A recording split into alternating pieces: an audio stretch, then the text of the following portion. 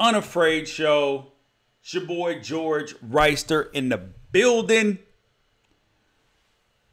After week 8, going into week 9, Pac-12 power rankings, college football top 10, Mike Leach going off on the Pac-12 officials.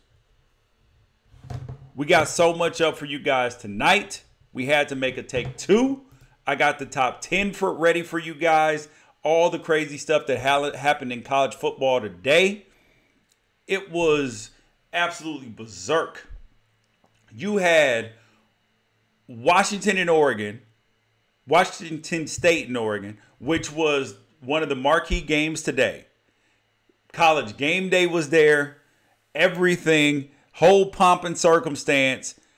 And Mike Leach found a way to get his team up 27-0. I mean, it was like mind-blowing. It was mind-blowing. Like I can't remember seeing a good Oregon team or a quality football team come out that damn flat. And then in the second half, actually dominate. If Oregon had even played remotely well, I mean, even if they just catch the Hail Mary right before halftime, it's a completely different game. So we're going to talk about that. We're going to talk about Alabama, who's just demolishing people. They have no mercy. Like they should be thrown in jail for the way they're treating their opponents. I mean, like you can go to jail in some countries for the things that Alabama's doing. Like there are states that you could get imprisoned for what Alabama is doing to their opponents. I mean, it's just mean, but I like it. I like mean football. I do. So we're going to go over the top 10. Michigan versus Michigan State today. I don't know how many of you guys watched that game today, but Michigan versus Michigan State today was absolutely like painful to watch. It was painful to watch because you had, obviously both teams are good on defense, but it was an offensive like nightmare. Michigan went in a shell. Jim Harbaugh got conservative. I mean, I'm like, yo, what are you doing? Like, you can't win national championships playing run and punt football. We already know Michigan State's offense is terrible. They can't score on Northwestern. They couldn't score on Arizona State. They barely scored against Penn State. It's not a good offense. I mean, it was making my eyes bleed watching that. I mean, and I'm an offensive guy that appreciates defense, but it was absolutely terrible to watch. Michigan's a good team, but I'll tell you this, if they don't start scoring more points, there is no chance they beat Ohio State. Even though Ohio State's offense has been struggling, there's zero chance they beat Ohio State if they continue to play offense the way that they're playing right now. I mean, it was bad. It wasn't even a little bit bad. It was big bad. I'm on a little bit later today, so if you guys are joining in, I appreciate it. Reason why I'm on a little later today, because I promised my pregnant wife that I would go to the UCLA game with her versus Arizona. And so, I did my due diligence, did my good husband thing. Then I got to come see you guys. So I appreciate you guys bearing with me. And you guys always make sure you visit unafraidshow.com. Great articles up every single week. The top 10 will be up by the time you take your little precious self to sleep and you wake up. The top 10, college football top 10, will be up, the entire article. Make sure you read it and make sure you share it. Tell a friend about the Unafraid Show, because this is the place where you can get rankings and power rankings and opinion articles and that are actually based upon fact, that don't have bias. People aren't sponsoring. People aren't getting upset if you say it. And we're creating a different way to look at these power rankings and to look at the way the teams are ranked.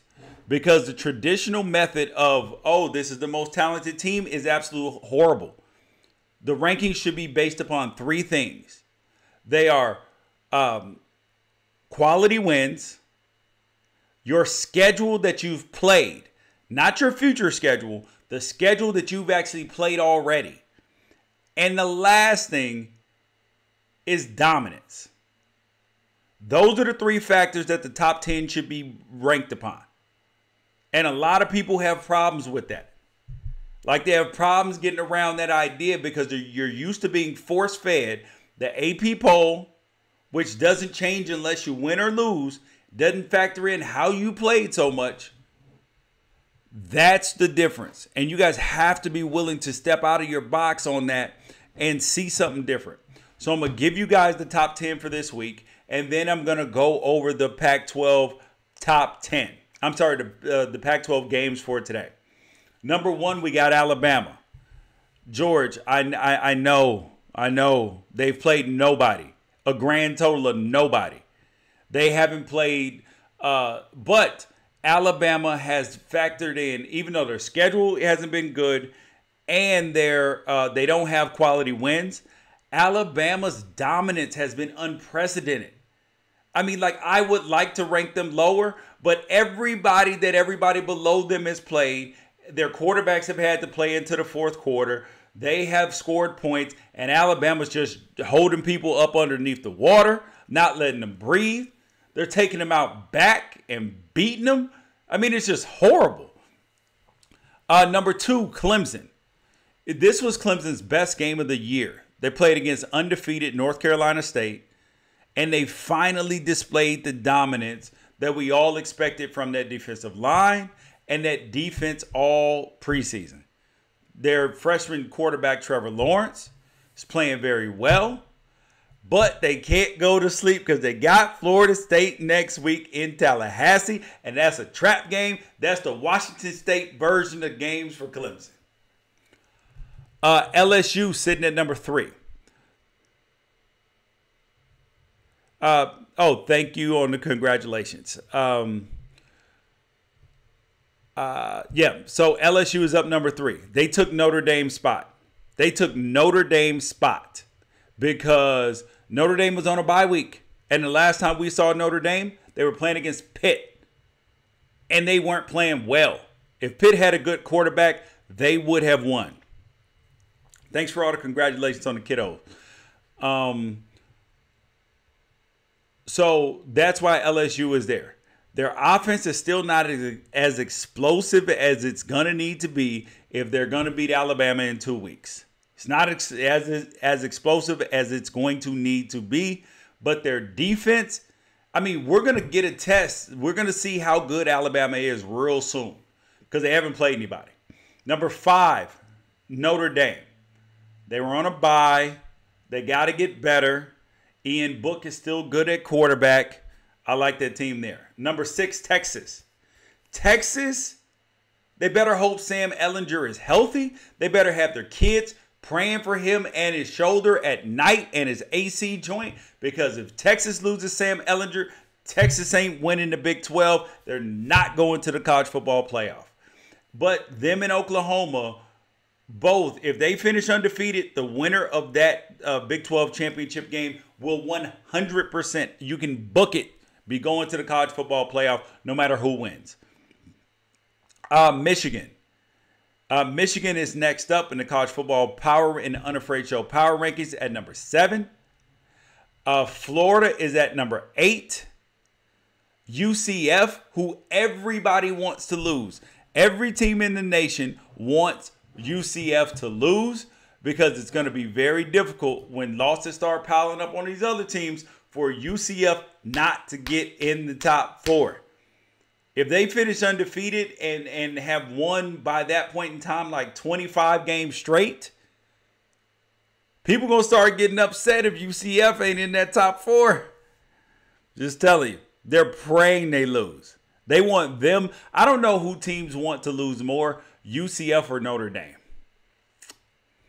Actually, it's probably Notre Dame because they can leave UCF out. People will just be upset. But they can leave them out. But they cannot leave an undefeated Notre Dame team out of the playoff. It just cannot happen. And then Ohio State at number 10. Question, though. How on God's green earth did Dwayne Haskins, Ohio State's quarterback, throw for 470 yards and 2 touchdowns, but the Buckeyes offense only managed 20 points. I mean, how is that humanly possible? I don't know. I've never seen it. I mean, like, when you have that type of offensive production, you typically have a lot of points to go along with that. So now we're going to get to the Pac-12. Pac-12 games were intriguing this week. They were absolutely fun. The Oregon-Washington State game, I have to blame this loss on 2 things for Oregon. Blame it on College Game Day. They got these Cougars all razzle-dazzled. They got them all hyped up, thinking they could win, and they came out and they did. And Oregon didn't do itself any favors by starting out flat. You have to move the ball against the air raid offense. Like, you have to put pressure upon it. Like, by scoring points, being physically dominant against them. And when you can't do that, they are going to carve you up. And sit back in zones, that's not going to work. Because Oregon, it was like they forgot how to tackle in space. They did not do a good job. But you know what? You do have to applaud their effort, them and Washington State. Because Oregon fought back in the second half, scored 20 unanswered points. And Washington State, who's not used to being a front runner, they're not used to being great, they could have folded up their tent. It would have been real easy for Washington State to fold up their tent. You guys are listening to the Unafraid Show. George Reister here, former NFL, former college football player, written everywhere. Visit unafraidshow.com. Share unafraidshow.com as well. All type of articles up every week. So you have to give Washington State credit. And you have to give the Oregon Ducks credit for fighting back. It's hard when you're down 27-0. It is very difficult when you're down 27-0. To continue to fight, to continue to play hard. But these are top teams. And it is so frustrating when you see the national media trying to discount the Pac-12. How on earth can you discount a conference that in one division has 4 of what are actually the top 14 to 18 teams in the country? 4 of them. You got Stanford, Washington, Washington State, and Oregon, all in the same conference. You can take any team not named Alabama, put them in that division, and they are going to take some L's too. You can put Clemson there. They're going to take an L. You can put Notre Dame there. They take L's. Put anybody you want in that division. They are going to get beat up. But you'll hear the national media, oh, the Pac-12 team's got to be undefeated. No, they're playing a hard-ass schedule just like everybody else. Just like the quote-unquote SEC who's playing nobody in non-conference. Come on, man. Come on in. Come on in. The water's warm. So, Washington State, like I've said it before, I said it in the beginning of the season, that this Washington State game was one of the ones that I was circling for Oregon. I thought that they would beat Stanford. I thought they would beat Washington. But the Washington State game always gives teams trouble because it's almost like playing against a triple option team, like playing against Navy, playing against Army, Georgia Tech, any of those, because you're not used to seeing it. You're not used to seeing somebody throw the ball around 20, 30, 50, 60 times in a game, running 100 plays because the clock is stopped on every incompletion. You're not used to that. And you got, and Gardner Minshew is a really good quarterback, did a great job. And I said it too this year, anything I've written on the Pac-12, that I believe that this could be a special season for Washington State.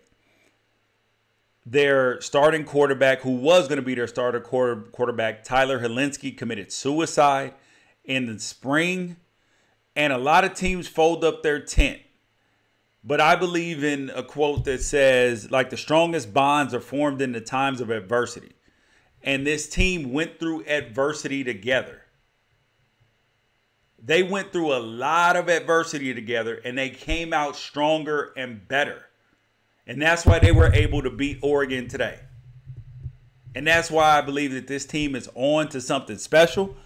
I'm rooting for them at this point in time. I didn't want them to beat the Ducks, but now that they have, they can go undefeated for the rest of the season. I'm in on that. I'm in on the story. I want it to be a 30 for 30. That's how great I want their season to be at this point in time. Because, like, you know, I have no vested interest in seeing Washington win. But at least if Washington State finishes their season 11-1, wins the Pac-12 championship, guess what? They got to be considered for the playoffs. And I want what's best for the conference. I want all of that. You got the Washington-Colorado game. I said from the jump, I said you can book it. There is zero chance Colorado is winning this game. Colorado kept it close. They tried real hard. But there was zero chance they were beating Washington. And Washington's offense is not even good. They're not explosive. They can run the football, and they play excellent defense. And the problem with Colorado is they were without Laviska Shenault today. They were without their center. They didn't stand a snowball's chance in hell of beating Washington today. Despite the game was close, they were not winning. And you got to give Chris Peterson credit. He did not let his team get beat by Oregon twice. And I'm going to tell you, the Washington-Oregon game clearly affected Washington and Oregon both in the first half of their games this week. Washington started out slow and sluggish against Colorado, and Oregon started out slow and sluggish against Washington State. Whether it's so much emotion that went into it, whatever it is, it affected both of those teams in a major way.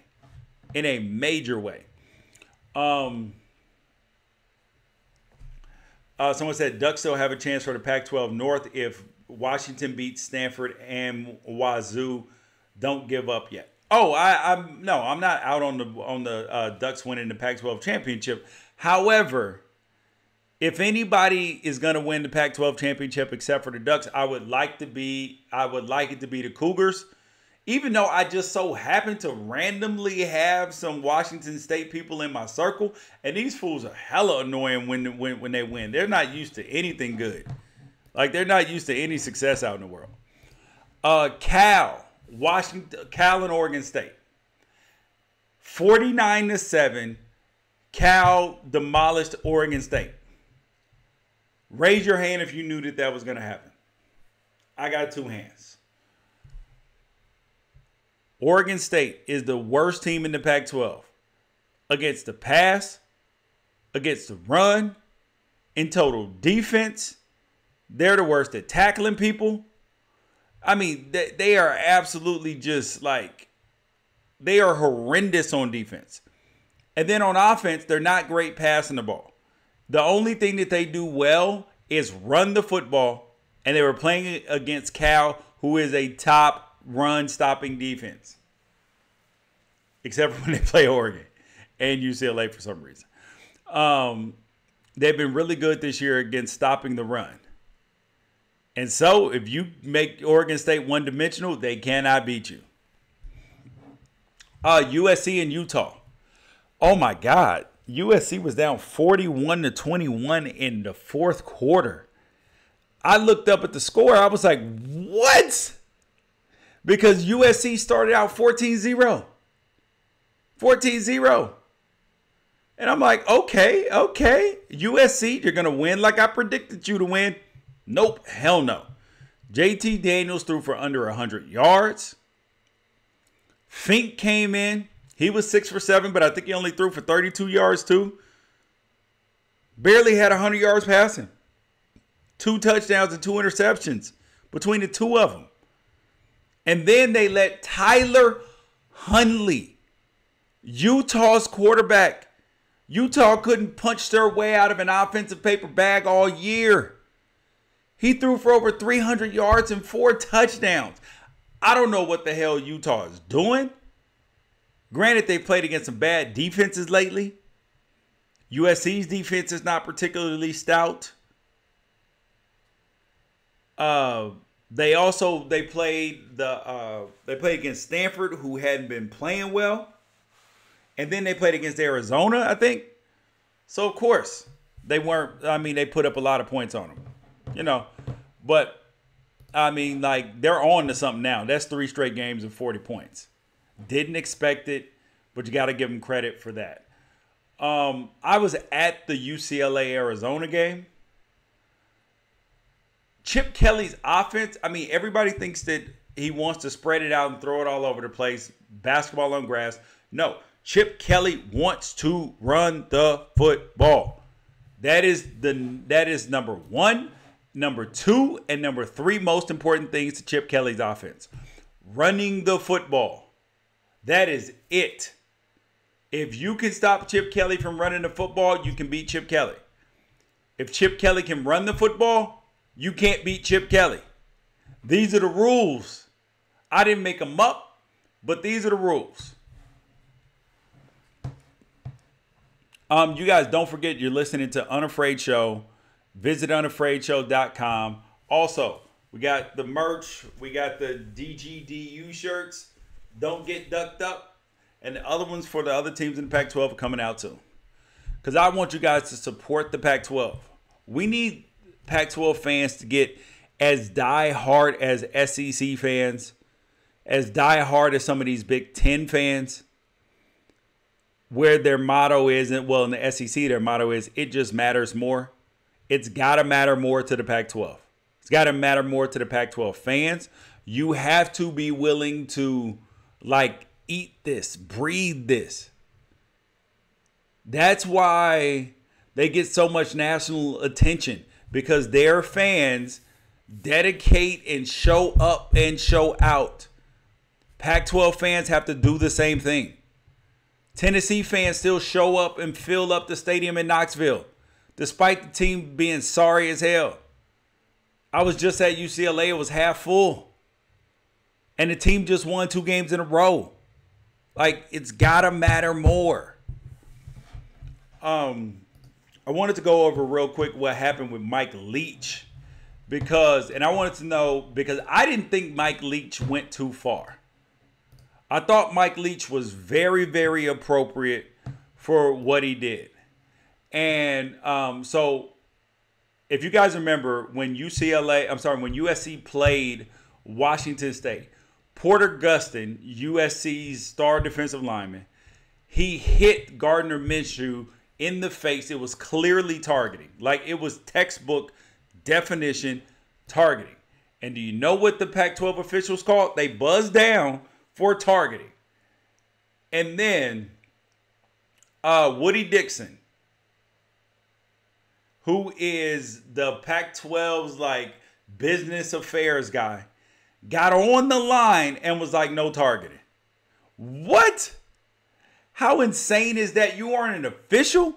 You shouldn't even be part of this process. So here's what Mike Leach did. Mike Leach sent a text to Pac-12 head of officials David Coleman on September 25th about the no targeting call. He said, Woody is a total coward and is afraid of USC. I look forward to telling him in person. And then he also talked about player safety, talking to Larry Scott, Pac-12 commissioner. Don't ever waste my time making me sit through a sanctimonious speech or demonstration of player safety or targeting if you are going to continue to alibi what happened last Friday. He also said to Scott, Pac-12 cannot say with any credibility that they are trying to protect the student athletes. And he also said he accused Dixon of calling Washington State staff in the press box during the game and making them turn down the band noise, which they were playing too loud, said, I can't help but wondering, why are you trying to manipulate wins and losses? I mean, for Pac-12 fans who are regularly upset with officiating, wondering like why you get these bizarre calls, and then you see how mad Mike Leach is about it, and you know that this Woody dude, that he got involved in it, something he had no reason to be involved in, changing a targeting call, makes you think something's fishy. I'm not conspiracy theory guy, but I can follow the lines, follow the dots. And if it walks like a duck, talks like a duck, it damn sure ain't a chicken. Damn sure ain't a fish. And the Pac-12 needs to clean up its officiating. It needs to clean up all the other things that are wrong with the sport, that are going on, that make people discount the conference. Because there are multiple factors that have the Pac-12 viewed as a second-tier Power 5 conference. Number one, which they need to change, is the TV deal. They're with the Pac-12 network, which, like a third of the games are on?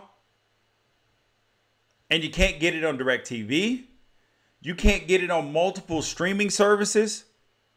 So why on earth? I mean, I can't even get it on my Apple TV because I don't have cable anymore. I can't even get it on my Apple TV. Like, you are killing the conference when people can't watch your games. The SEC's got its own network that you can get part of your cable package, even on streaming services. This is why the conference is looked at as a second-tier conference. Also, you play so many games at night. Some of your best games are played at 7:30 starts on West Coast. East Coast bias, people are asleep. I mean, it's got to matter more. It's got to matter more, Pac-12 people. Like, you got to jump behind your team no matter what. You got to show up no matter what. Because when you get a good team, a team on the fringe of getting into the college football playoff, they're going to screw you because it matters more to them. They're going to travel better. They're going to do all this better. And that's why they screwed the Pac-12.